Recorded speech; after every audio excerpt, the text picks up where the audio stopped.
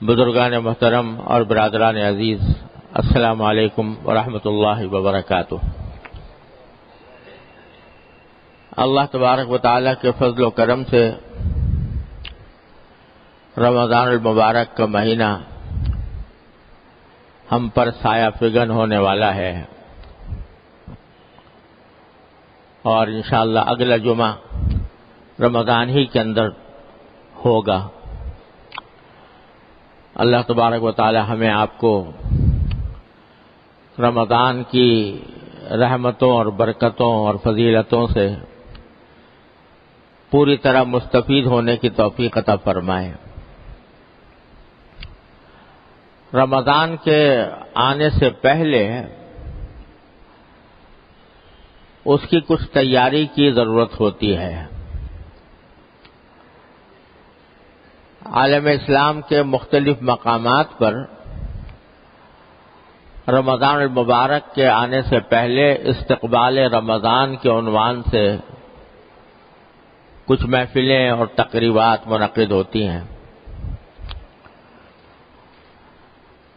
وہ محفلیں اور تقریبات رمضان کے استقبال کے لیے اگر مفاسد سے خالی ہوں تو کوئی بری بات نہیں ہے۔ رمضان المبارک کے استقبال کا اس کی طرف اشتیاق کا اظہار، بشرطے کہ اس میں کوئی دوسرے مفاسد نہ ہوں۔ لیکن اصل رمضان کا استقبال یہ ہے کہ انسان اس مبارک مہینے سے فائدہ اٹھانے کے لیے اپنے آپ کو تیار کرے۔ اس کے لیے ضروری ہے کہ انسان یہ سمجھے کہ رمضان المبارک کا مقدس مہینہ جو آنے والا ہے، یہ اللہ تبارک و تعالی نے کس انداز سے ہم پر فرض کیا ہے،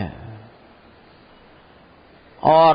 اس کے پیچھے کیا کیا حکمتیں ہیں۔ پہلی حکمت جو رمضان المبارک کے لیے اگر غور کیا جائے تو سمجھ میں آتی ہے کہ اللہ تبارک و تعالی نے انسان کو اس کائنات میں پیدا کیا، اور صبح سے لے کر شام تک ہم دیکھتے ہیں کہ انسان دنیا میں آتا ہے، بچہ ہوتا ہے، جوان ہوتا ہے، بوڑھا ہو جاتا ہے، اور پھر دنیا سے رخصت ہو جاتا ہے۔ یہ کیوں پیدا کیا جا رہا ہے انسان کو دنیا میں، جبکہ ایک دن اس کو جانا بھی ہے؟ تو اللہ تبارک و تعالی نے اس آیت کریمہ میں جو میں نے ابھی آپ کے سامنے تلاوت کی، اللہ تبارک و تعالی نے انسان کی تخلیق کا، اس کی پیدائش کا، دنیا میں آنے کا مقصد بیان کیا ہے، بالکل دو ٹوک الفاظ میں، واضح الفاظ میں، جس میں کوئی ایچ پیچ نہیں، کوئی پوشیدگی نہیں۔ فرمایا وَمَا خَلَقْتُ الْجِنَّ وَالْإِنسَ إِلَّا لِيَعْبُدُونَ، میں نے جنات اور انسانوں کو کسی اور کام کے لیے پیدا نہیں کیا، صرف اس لیے پیدا کیا تاکہ میری عبادت کریں، میری بندگی کریں۔ تو اللہ تبارک و تعالی نے دو ٹوک الفاظ میں انسان کے اس دنیا میں آنے کا مقصد یہ بتا دیا کہ اللہ تبارک و تعالی کی عبادت کریں۔ سوال پیدا ہوتا ہے کہ عبادت تو پہلے فرشتے بھی کرتے تھے، انسان کو جب تک دنیا میں نہیں بھیجا گیا تھا، پیدا نہیں کیا گیا تھا، تو فرشتے بھی اللہ تعالی کی عبادت میں لگے ہوئے تھے۔ چنانچہ جب اللہ تبارک و تعالی نے فرشتوں سے کہا کہ میں زمین کے اندر اپنا خلیفہ پیدا کرنے والا ہوں، یعنی انسان پیدا کرنے والا ہوں، تو فرشتوں کو تعجب ہوا کہ آپ کیوں پیدا کر رہے ہیں؟ نحن نسبح بحمدک ونقدس لک، ہم تو اسی کام میں لگے ہوئے ہیں کہ آپ کی تسبیح کرتے ہیں، آپ کی پاکی بیان کرتے ہیں، آپ کی حمد کرتے ہیں، آپ کی تقدیس کرتے ہیں، پھر اس نئی مخلوق کو پیدا کرنے کی کیا ضرورت ہے؟ تو بڑا خوبصورت جواب دیا اللہ تبارک و تعالی نے فرشتوں کو کہ انی اعلم ما لا تعلمون، میں جانتا ہوں جو وہ باتیں جو تم نہیں جانتے۔ اور وہ در حقیقت بات غور کرنے سے یہ سمجھ میں آتی ہے کہ بے شک فرشتے عبادت میں لگے ہوئے تھے، اللہ تعالیٰ کی تسبیح و تقدیس میں لگے ہوئے تھے، لیکن ان کو اللہ تعالیٰ نے پیدا ہی اس لیے کیا تھا کہ وہ اس کی تسبیح و تقدیس میں لگے رہیں۔ ان کے اندر اللہ تبارک و تعالیٰ نے گناہ کرنے کی، غلطی کرنے کی، غلطی کرنے کا کوئی مادہ ہی نہیں رکھا تھا۔ نہ ان کو بھوک لگتی، نہ ان کو پیاس لگتی، نہ ان کے دل میں جنسی خواہش پیدا ہوتی، نہ وہ گناہ کرنے پر قدرت رکھتے ہیں۔ اللہ تعالیٰ کی نافرمانی پر ان کو قدرت ہی حاصل نہیں، پیدا اس طرح کیا گیا۔ لیکن انسان کو پیدا کرتے ہوئے اللہ تبارک و تعالیٰ نے انسان کو ایسا بنایا کہ فَأَلْهَمَهَا فُجُورَهَا وَتَقْوَاهَا، اس کے اندر دونوں قسم کے مادے رکھ دیے، گناہ کا بھی اور اطاعت کا بھی۔ دونوں قسم کے مادے انسان کے اندر موجود ہیں۔ بھوک اس کو لگتی ہے، پیاس اس کو لگتی ہے، جنسی خواہش اس کو پیدا ہوتی ہے، اور خواہشات کا ایک اچھا خاصا لامتناہی سلسلہ ہے جو انسان کے دل میں پیدا ہوتا رہتا ہے۔ یہاں اللہ تبارک و تعالیٰ کو ایسی مخلوق پیدا کرنی تھی کہ جو گناہ کر سکتی ہے، لیکن اللہ تبارک و تعالیٰ کے حکم کی اطاعت میں کرتی نہیں۔ فرشتے تو وہ مخلوق تھے کہ گناہ کر ہی نہیں سکتے تھے، اللہ تعالیٰ کی نافرمانی کا ان کے اندر مادہ ہی نہیں تھا، لیکن انسان کو پیدا کرتے ہوئے اللہ تبارک و تعالیٰ نے اس کے اندر دونوں مادے رکھ دیے، اور یہ اس کو ایک آزمائش میں مبتلا کیا کہ گناہ کا راستہ بھی تمہارے لیے کھلا ہوا ہے اور ثواب کا راستہ بھی کھلا ہوا ہے۔ اب تم اپنی اختیار سے، اپنی سمجھ کو کام میں لے کر اگر گناہ کے راستے کو چھوڑو گے، اللہ تبارک و تعالیٰ سے ڈر کر اور اللہ تبارک و تعالیٰ کی اطاعت کے خیال سے اور ثواب کا راستہ اختیار کرو گے تو تم فرشتوں سے آگے نکل جاؤ گے، فرشتوں سے آگے نکل جاؤ گے، کیونکہ فرشتے گناہ پر قدرت نہیں رکھتے، اگر وہ گناہ سے بچ جائے تو ان کا کوئی کمال نہیں، لیکن انسان کے اندر گناہ کی صلاحیت موجود ہے، اس کے باوجود وہ گناہ نہیں کرتا، اس کے اندر نافرمانی کی صلاحیت موجود ہے مگر نافرمانی نہیں کرتا، اللہ تعالیٰ کی اطاعت میں زندگی گزارتا ہے، تو پھر اس کا مقام فرشتوں سے آگے بڑھ جاتا ہے۔ اس لیے ہم نے باری تعالیٰ فرماتے ہیں میں نے پیدا کیا جنات کو اور انسان کو اس کام کے لیے، صرف ایک کام کے لیے ہے،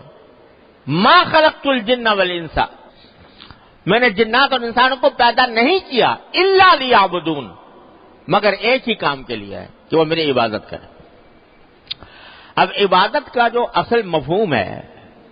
وہ تو یہ ہے کہ انسان اللہ تعالیٰ کے سامنے سجدے کرے، رکوع کرے، نماز پڑھے، اس کا ذکر کرے،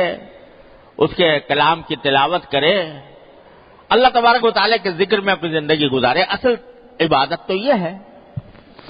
لیکن اللہ تبارک و تعالیٰ نے اپنے فضل و کرم سے انسان کے لیے ایک آسانی یہ پیدا فرما دی کہ اگرچہ تمہاری تخلیق کا بنیادی مقصد تو یہ عبادت کرنا تھا،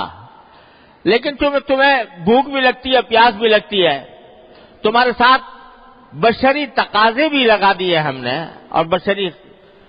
ضروریات بھی تم سے وابستہ ہیں، اس واسطے تمہیں اجازت دے دی ہے کہ ٹھیک ہے تم اس کام کو، ان کی خواہشات کو اور اپنی ضروریات کو پورا کرنے کے لیے دوسرے کام کی تمہیں اجازت ہے، روزی کمانے کی تمہیں اجازت ہے، تجارت کی تمہیں اجازت ہے، زراعت کی تمہیں اجازت ہے، اور کہیں اگر ملازمت کے ذریعے روزی کمانی ہو تو اس کی تمہیں اجازت ہے۔ یہ اجازت دے دی ہے تمہاری ضروریات کو مد نظر رکھتے ہوئے، یعنی اصل تقاضا تو یہ تھا کہ جب پیدا کیا تھا صرف عبادت کے لیے تو آدمی دن رات صبح سے لے کر شام تک مسلسل عبادت ہی میں لگا رہے اور کوئی کام نہ کرے، لیکن چونکہ ساتھ انسان کی ضروریات وابستہ ہے لہذا اجازت دے دی کہ بھائی تجارت بھی کر لو، روزی کمانے کے لیے کوئی بھی طریقہ اختیار کر لو، حلال طریقہ، لیکن اس طرح کرو کہ رجال اللہ تلیہم تجارت ولا بیع عن ذکر اللہ، ایسے بن جاؤ کہ تمہاری تجارت ہو یا تمہاری خرید و فروخت ہو یا ملازمت ہو یا کوئی بھی کام ہو، وہ اللہ کی یاد سے تمہیں غافل نہ کرے۔ تجارت کرو مگر اس طرح کرو جیسے اللہ نے بتایا، ان حدود میں کرو جو اللہ تعالی نے قائم کی ہے، حلال اختیار کرو، حرام سے بچو، اور تجارت میں منہمک ہو کر اللہ کو بھول نہ بیٹھو۔ رجال اللہ تلہیہم تجارت ولا بیع عن ذکر اللہ۔ چنانچہ جب تجارت کے عین درمیان وقت آ جائے، اللہ تعالیٰ کی طرف سے پکار ہو، حی علی الصلاح حی علی الفلاح، تو پھر اس کو چھوڑ کے نماز کی طرف چلے جاؤ۔ تو کچھ پابندیوں کے ساتھ تمہیں یہ سارے کام دنیا کی ضروریات پوری کرنے کی اجازت ہے، یہ اجازت دے دی۔ اب انسان ہوتا یہ ہے کہ جب اجازت مل گئی، تجارت کی اجازت مل گئی، ملازمت کی مل گئی،